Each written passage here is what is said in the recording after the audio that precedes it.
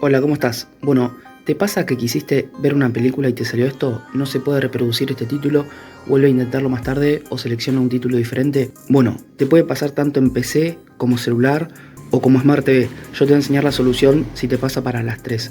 Lo que tenés que hacer muy fácilmente es, primero, cerrar Netflix.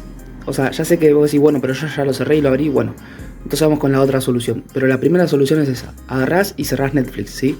Lo segundo que tenés que hacer es, si vos estás usando Netflix en Google, trata de, en vez de Google, usar otro navegador, como por ejemplo Mozilla Firefox. O si no, si lo estás usando en Google, instalar la aplicación de Netflix en la PC. Y si lo estás usando en la aplicación, agarrá y pone Google en vez de la aplicación en Google. Si nada de esto te funciona, lo que tienes que hacer es apagar y prender el router, el modem. O sea, el aparato que te da internet, ¿sí? Vas, lo apagás, esperas 10 segundos, lo volvés a prender y listo. Si nada de esto te funciona, apagás la computadora y la prendés, pero mayormente si apagas el modem, el router, te va a funcionar cuando quieras reproducir de vuelta el título ese. Así que ese fue el video de hoy, suscríbete.